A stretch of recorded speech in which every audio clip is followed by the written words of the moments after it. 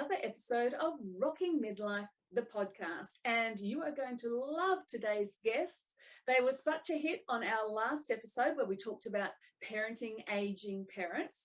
But now we're going to be going deeper. It's all about how you can protect your aging parents from scams. Now, I don't know about you, but my parents have been targeted. I've seen it, and we get targeted.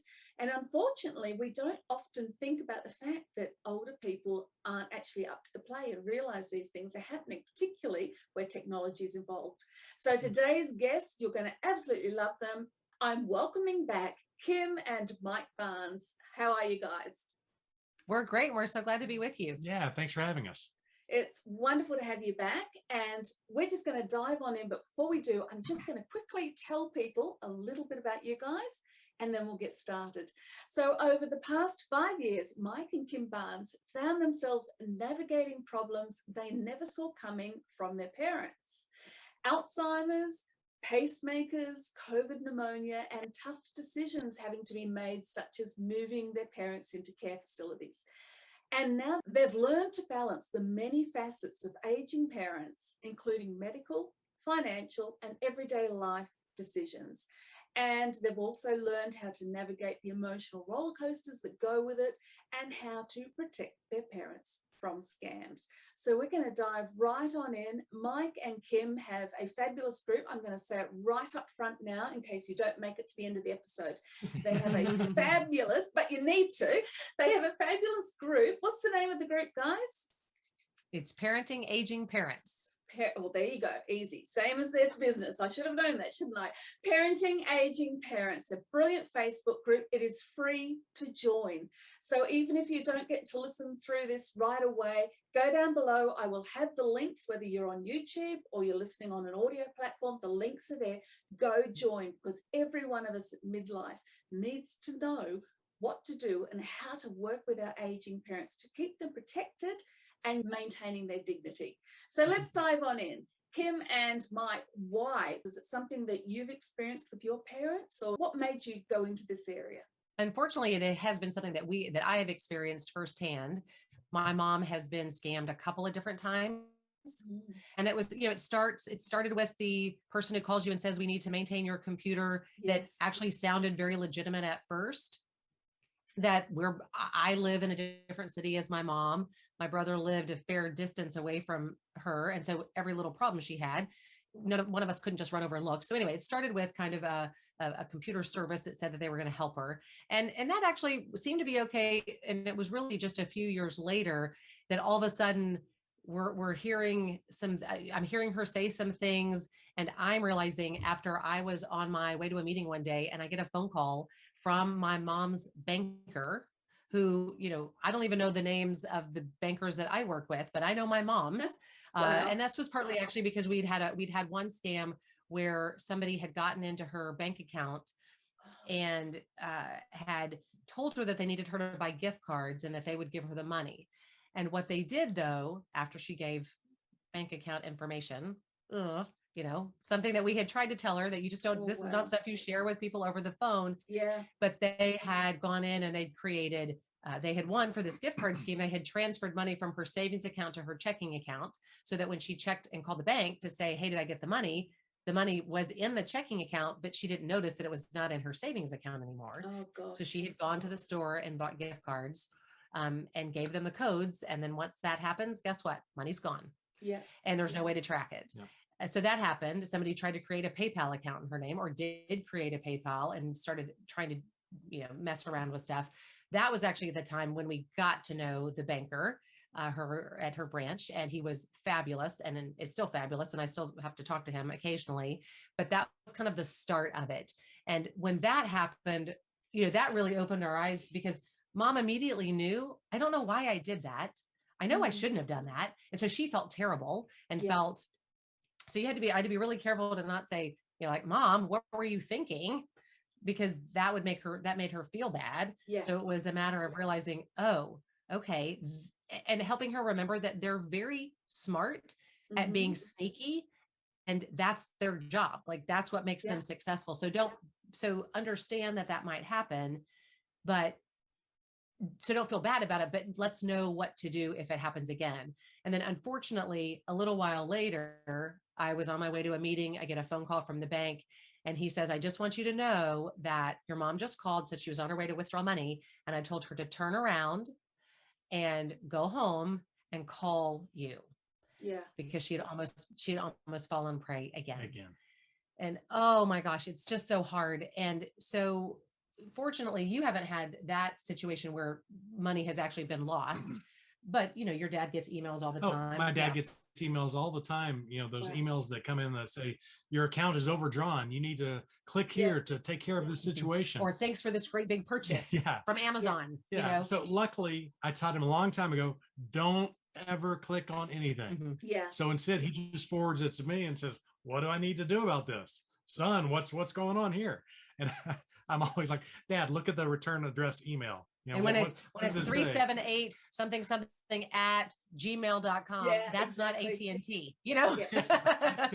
So he's getting a little bit smarter about that. So because I told you last time about my dad being an accountant for 49 years, he's very, very, very safe with his money. Because of that, he hasn't fallen into any of these problems yet, but you know that they're out there. You know that they're just waiting to prey on someone like him. And they're so good at what they do. They are. There are. My dad's had similar. It was actually quite handy because my son was overstaying with him a couple of years ago and walked in on Dad with a credit card out in his hand, ready to click, and my son was able to quickly get in there and go, Grandpa, no. And it was definitely a scam. But it's like you said, they come over so plausible. They're so good at it.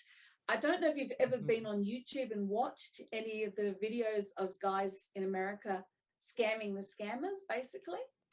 Oh, interesting. Yeah, interesting. They're fascinating because check that out. Yeah, they're really interesting. And what they do is they film themselves with the screen in the background of what the scammers are doing. So what they do, the scam involved here is very similar to that one that your mother experienced. And basically they give them a call. It's always elderly people. Give them a call, say, hey, Google needs you to fix this or whatever. They throw a few words around like internet, Google, whatever. There's been an issue. And then they get the computers hooked up together and then they pretend to put a deposit back in. Oh, that's right, you're owed a payment. So hook us up. Then they deposit into it, but they do a little extra number. And then the whole thing is, oh no, I gave you too much.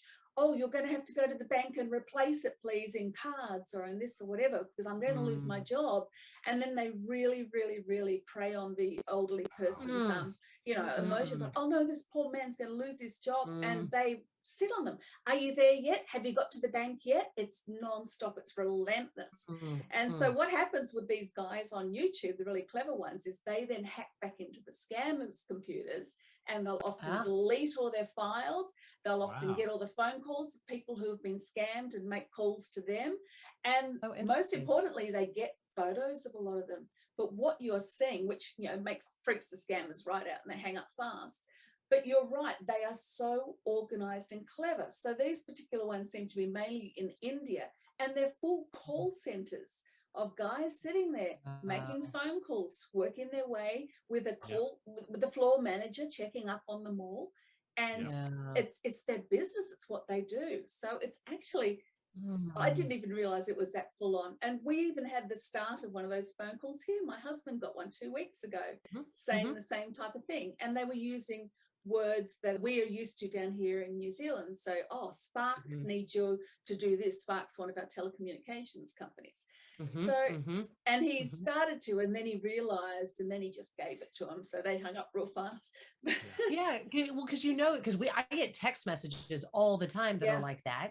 And I think that if it takes me a second to look at it and go, wait, that's delete.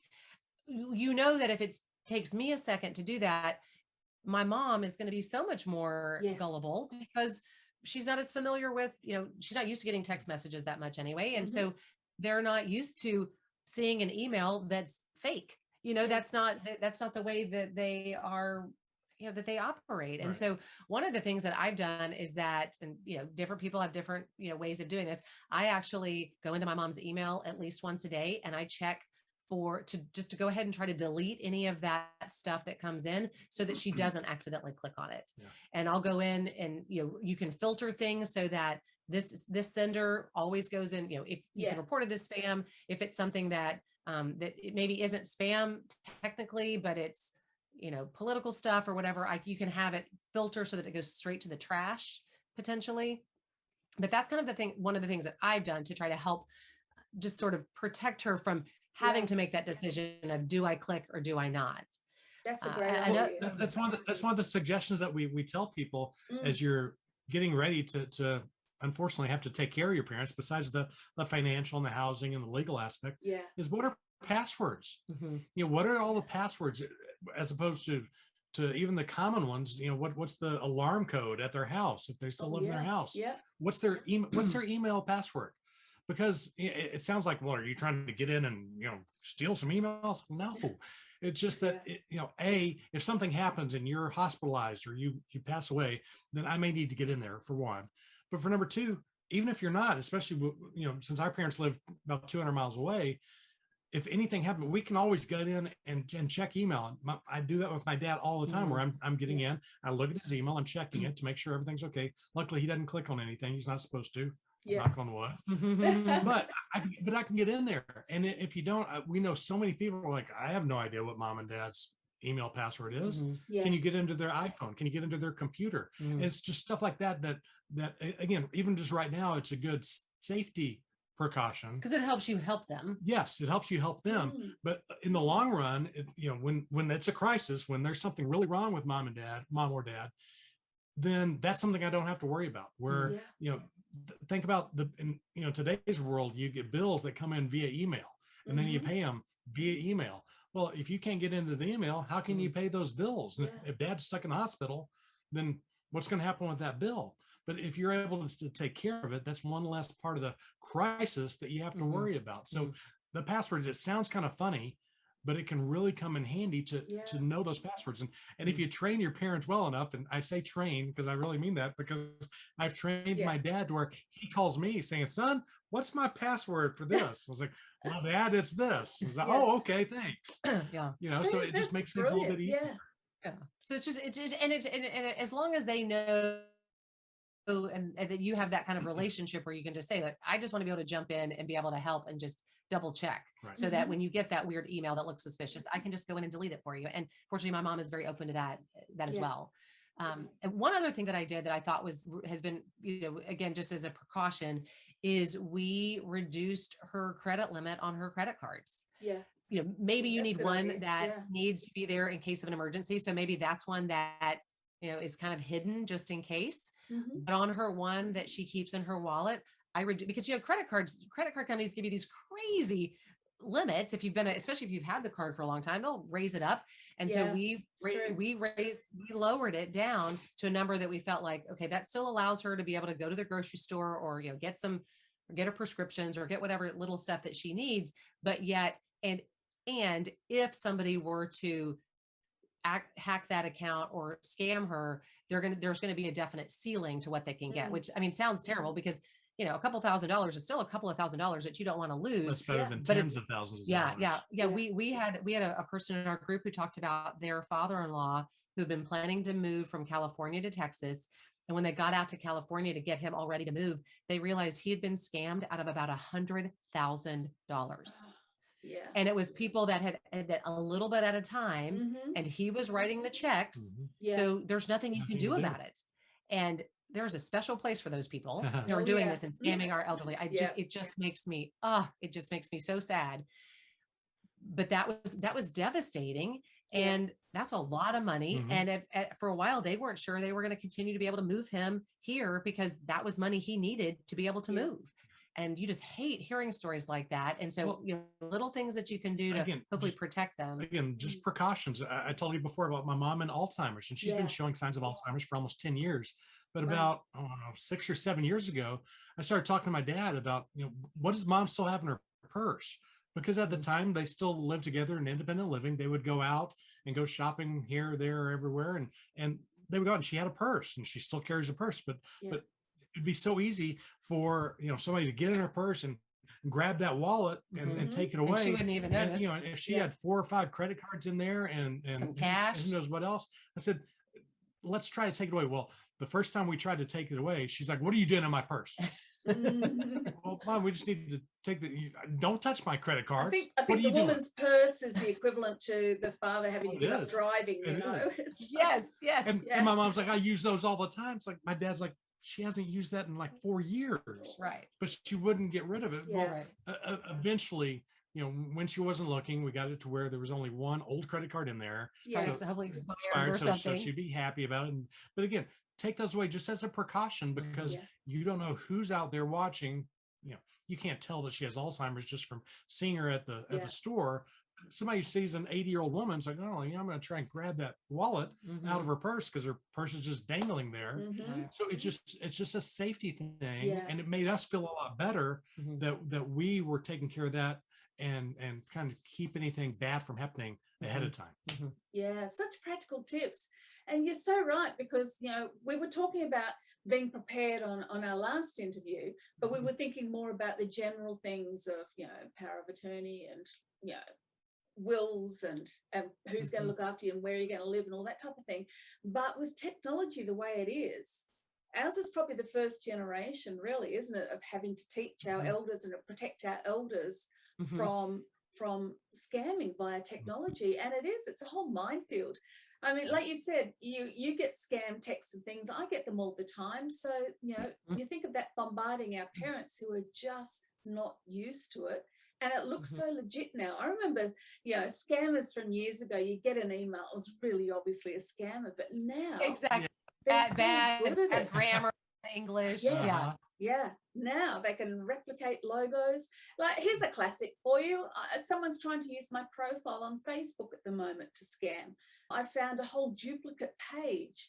They'd copied everything from my business page. This was 2 days ago. Then what they did was they went in under all my posts using what looked like me to advertise all this crypto and forex trading and everything. And then they had their other personalities then underneath that going, oh yes, Kat, that was just so great, you were so good, I got so many good results. And they did that right throughout my business page, and trying to get that other page reported and blocked. Well, I had a whole heap of people help me report it, but it's still there.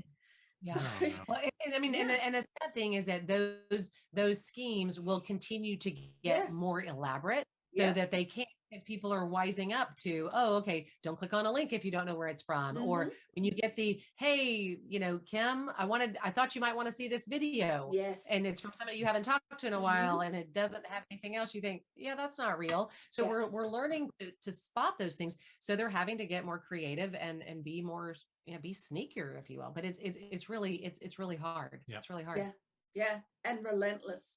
That's the other thing, relentless, and it's going to keep getting more so. So what we've talked about, computer scams, you know, where people are after your finances, but what about romance scams? Now, I actually had a lady, I've had her on a few times, Debbie Montgomery. I don't know if you know her. Debbie has an amazing story. Her book was called, I think it was The Girl Behind the Smile. Now, two things that are of interest with Debbie. First of all, her husband died unexpectedly in his 50s. And she told me at the time that she'd sit there because he had his own construction company, and she had to sit there and try and work out how to get into everything because they didn't have the passwords. So what you're saying there was gold, really. And again, I'm already thinking these are things I need to get out of my dad after we talk. But what went on was Debbie was one that grieved for ages, and then after a while thought, okay, I'd like to just meet some friends. Where do I go? So she went to a faith-based dating site online, thinking it would be safe. It's the church she went to. She thought that would be a safe environment. Started chatting. They followed the usual scammers, you know, method of operation by taking her off that alone, and then it was through, you know, single one-on-one.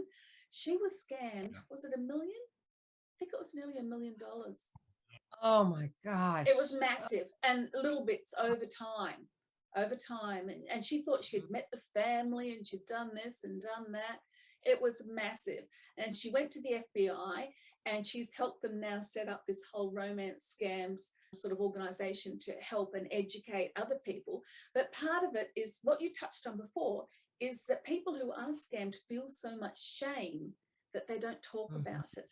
And that's when things get really bad. And I think, what you're saying about have these conversations and not shaming them for having been bitten, is really, really, really critical. So how much do you see romance scams being an issue for elderly parents? We've definitely heard some stories of one woman whose 80-year-old dad wanted to start doing online dating. And, at first she thought, okay, well, that's okay. And then within a few weeks, her dad let her know that the woman he had been dating had offered to start paying his life insurance premiums, assuming that he would make her the beneficiary. And at first, again, if you think that this is love, you think, you may be thinking one way. And fortunately, she was able to help her dad see. Fortunately, he told her, again, that's where you talk about that sometimes they're very embarrassed or they don't want to be, or frankly, you don't want to be wrong. Right. You don't want to think that somebody's, especially when romance is involved, you don't want to think that somebody is just acting like they like me to scam me. That feels terrible. But in this case, fortunately, she was able to kind of talk to him and say, like, Dad, and he finally came around and said, okay, you're right. And realized that. So that was nipped in the bud, but that's really scary because that's terrible. That's terrible. We had another case where somebody in a retirement community felt like that their mom had some dementia, but felt like she had this new boyfriend that was another resident. And it felt like, and I don't know if they were able to get to the bottom of it, but it felt like he was potentially going to take advantage of, her as somebody who wasn't all cognitively there and be able to get married. I think they talked about getting married and all of this. And that can get really scary too. Yeah. And usually any type of background you have with this or history you have with this could hurt or could help. I think that we've been kind of blessed that my mom's mother remarried once after my grandfather died. My dad's father remarried twice after my grandmother died. Wow. So because of that, we kind of be sort of lighthearted about it. It was even before I was born when these marriages happened. So because of that, my sister and I kid my dad all the time about how, anything happens to mom, don't expect little young Trixie to come around and you're not going to be doing anything. Okay. We're going to make sure you don't sign anything. And he's like, oh yeah, I'll take care of that. Yeah. And we're able to laugh about it, but he knows we're serious. So if anything, God forbid, happens to mom and dad is single again, he knows that, even if he does see somebody he wants to date or whatever the case may be, he knows that we're going to be saying, hey, be careful there. Don't sign anything away. So I think in that so much of it is figuring out sort of what are the guardrails you can set in place, if you will, just like we do. I mean, it sounds hard to say this, but kind of like we do when we have children, we set guardrails to try to protect them. So having to try to have those conversations to see, can we set some guardrails in place for our parents that they're aware of and that they're open to, so that we can protect them. Because again, they wouldn't likely want to give away all their money to a stranger that they just met. But these people are very good at convincing them otherwise. One of the things, my mom did remarry, but she was younger when she remarried. She was in her 60s. She was close to 60. Close to 60. And they did a prenup. So there are things that you could potentially put in place as well, where if there are some concerns that, that's another option. But I think all of this is just the importance of having those conversations and trying to have that open relationship with your parents, so that hopefully, like my mom will say, I know I shouldn't have done that. And it's like, okay, mom, I understand. Just know they're super sneaky and don't, it's not your fault. That's their job, is to try to trick you. So being able to have those kind of conversations, and even when it comes to romance, obviously you don't want to know necessarily all the details, but if something seems amiss, or even asking them ahead of time, hey, if something ever seems amiss, how might you want me to handle that? Yes. But it's so similar to the conversations that we have with our kids when they're in their junior high or high school or college days, and even after that. But when you're talking to them about making sure that you're taking care of something when you're dating, or taking care of something in school, or taking care of whatever it may be, just make sure that you're minding your P's and Q's, you're guarded against being scammed, or whatever it is, that you're doing things the right way. And yes, no matter who you are, there's at some point where one of your kids, if not more than one of your kids, will come say, I messed up. I need some help with this. It's like, yeah, that's a part of life. And it's going to be something similar with mom or dad. Yeah.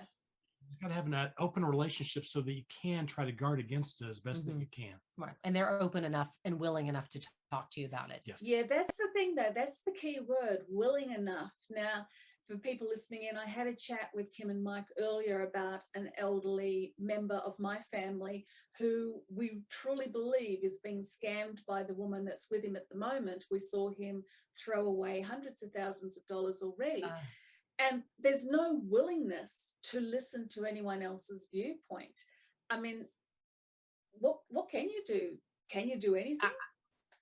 I mean, I think the only thing that you can potentially do is if you feel like they're not really fit to make those decisions. And that you can, I mean, then it gets messy because you're having to get legal stuff involved. Yeah. In the United States, there are things called guardianship. So that if they are doing things that if they have a doctor who says that they are not capable of making these decisions, then potentially you can invoke that. It gets messy, and it can potentially cause rifts in a family and that kind of thing. But that's where it helps so much to start that conversation way earlier, so that you're starting to have a good communication, line of communication with mom and or dad, so that it's not out of nowhere, like, okay, we need to have that talk about dating. It's like, no, you've already talked about everything, where you're more than just mom and dad and child. You're more like friends, and you can talk to them like friends. I talk to my dad like a friend all the time, and we're able to talk about financial situations or personal situations or family situations all the time. And it's because of our relationship that we started this a long time ago. You can't just start it overnight when you're 60 and dad's 90. That's right. And think that things are going to change. You have to just start that conversation a little bit earlier, just so that it doesn't catch them out of the blue. True. Yeah. And unfortunately, there are people that just don't have those relationships. Yeah. And and where their parents are just going to say, nope, none of your business. Yeah. And so that's where it does get really tricky. And I think in that case, the only recourse potentially you have is something potentially legal, if in fact they're doing something that you think they're not in their right mind to be able to do. But otherwise, it is really hard, because it is still, if they're still a signer on their checking account, and even if you are a signer as well, that just it gets really tricky. But again, it goes back to the gift. Them giving you a gift. It has nothing to do with money. I'm not looking for any money, Dad. I'm asking you to help me help you, so that everything is taken care of easier, so you're not scammed, so that you're not taken advantage of, so that you're not put in this situation or that situation. It's so that there's no crisis in my life because of what you've gotten into. So if you can help me do that, it is going to be such a gift. And whether it's a will, a power of attorney, a medical directive, anything like that helps me, or just knowing a password, anything that's going to help me help you, again, it's a gift. And what parent, for the most part, doesn't want to give their child a gift to make their life better? Oh, absolutely. It's one of those most practical things, isn't it, that can just change everything in those later years. And I love the fact that you have a book that helps people get this information down. So how about you quickly tell us about that, because this is a perfect spot, because a lot of people are probably listening going, oh my gosh, this is overwhelming though. I've got to get this, I've got to get that. And for those on YouTube, you can see it right now. It's called The Caregiver's Key. That's right. All right, tell us about this book, because seriously, there's no need to be overwhelmed at all these things we need to be doing with our parents, because these guys have got it all here for you. All right, Kim, over to you. We really created this more out of selfishness for me, because I had a file folder with all these loose pieces of papers, lots of sticky notes, because I was trying to keep track of some of my mom's doctor's appointments and did she get that vaccination? And oh yeah, what's her bank account number? And all of those kinds of things. What are her passwords? And so we created this, and it's really a guide to gathering essential information so that you have a place to be able to compile it all together. Everything from all of their personal information. Do you know their social security number? Do you know their Medicare? If you're in the United States, do you know their Medicare stuff? Their, their healthcare neighbor's insurance name, their veterinarian's name, if they have a dog, fantastic. The cardiologist. Because again, if and when something happens to mom or dad, they're in the hospital or something really worse happens, or they pass away, you're going to be in such a crisis. But if you know these things about them, it's going to make things so much easier. So that all you can focus on is that really crisis at hand, not all this other stuff. Right. Absolutely. And particularly all this tech stuff too, just knowing, what my friend Debbie went through when her husband died. She said it just took weeks of trying to work through and find passwords and things for everything. She was grieving. She had his company sitting there that she had to work out what to do with. And yet here she was, just banging her head against a computer screen, trying to work out how to get into the files to even start making a difference. So I think that is such a really amazing resource that you've created there. And like I said on our last interview, sending one to my father, but I'm also sitting down with my husband, and we're going to do one for our kids too, because I've got accounts, passwords coming out of my ears, really. Right, so, right, exactly. And you can find out how to get it on our website, parentingagingparents.com. Fantastic. And again, all those links will be below. Are there any other scams that we need to be aware of? Would you say it's mainly financial and romance? Are there any other ones that you know of, your community have experienced?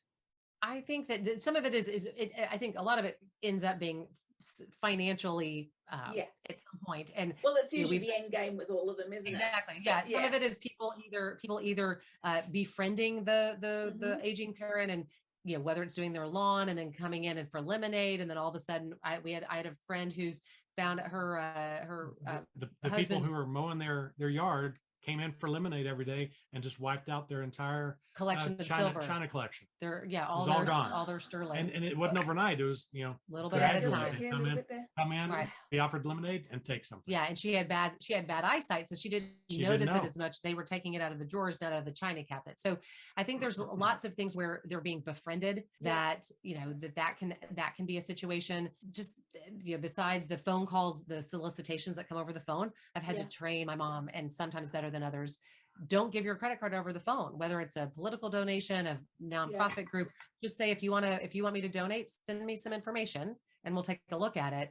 But that can be a big problem too, is people wanting to make, like you said, your father, about to make a donation or using their credit card. So that's the downside to having credit cards, which is why I reduced her credit limit. So which is a great tip. So I think I think it's just being aware and watching and keep just having those good conversations, like, hey, who'd you talk to today? What are you working on? That kind of thing will help. Hopefully you be able to see some of those things. Yeah. So much of it at the end of the day is about connection with your parents, isn't it? And particularly in our Western world. And like I said earlier, like in our Western world, we tend to be a bit more separate with our families, whereas you see a lot of other cultures that the grandparents are very much part still of the family gathering. So I think that's really key, isn't it? That if your parents do live away, like mine are in another country, but still keeping that connection every day. Like you said, how's it going? What are you doing? Just keeping them talking. And I think it's something we all kind of should be doing anyway, really, with our parents, isn't it? But even more so.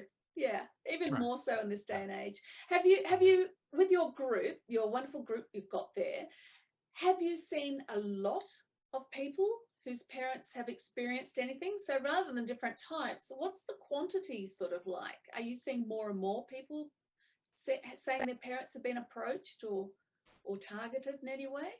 Well, we really haven't asked specifically. I wouldn't say more and more. Yeah, but it still happens, and that's the sad part, is that it still happens.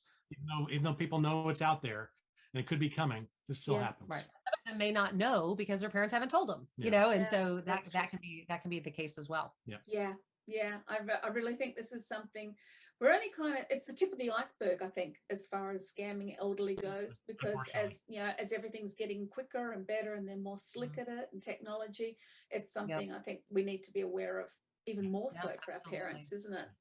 So there you go, folks. You get the power of attorney sorted out, you know, you get your will sorted out, but you have to try and get your parents as muchly get your parents as scam protected, scam proofed as possible. It's just the way it goes. I know I've seen it in my family. You guys have seen and experienced it. And I know that we here are getting increasing volume of calls and texts and emails, which means our parents even more so. Well, guys, I want to thank you so much for having us. Oh, thank you so much for having us. We really appreciate it. It's just been my pleasure. It really has. I mean, what you're saying is just so necessary for all of us to know, you know, as we're in this midlife season dealing with our elderly parents. And let's face it, you touched on it before, it's the same stuff that we taught our kids when we were letting them starting to have their Instagram accounts or Facebook accounts. But our parents never had that start. So thank you again, guys. Fantastic information, brilliant practical steps. Everybody, links are below. Jump in their group. It is free. Go over to parentingagingparents.com. Get that resource. It's going to change your relationship with your parents because you'll be able to get everything sorted in the open, and that's only a win. So thank you again, guys. It's been fabulous having you. And everybody else, please subscribe, leave a review, and we will see you next time.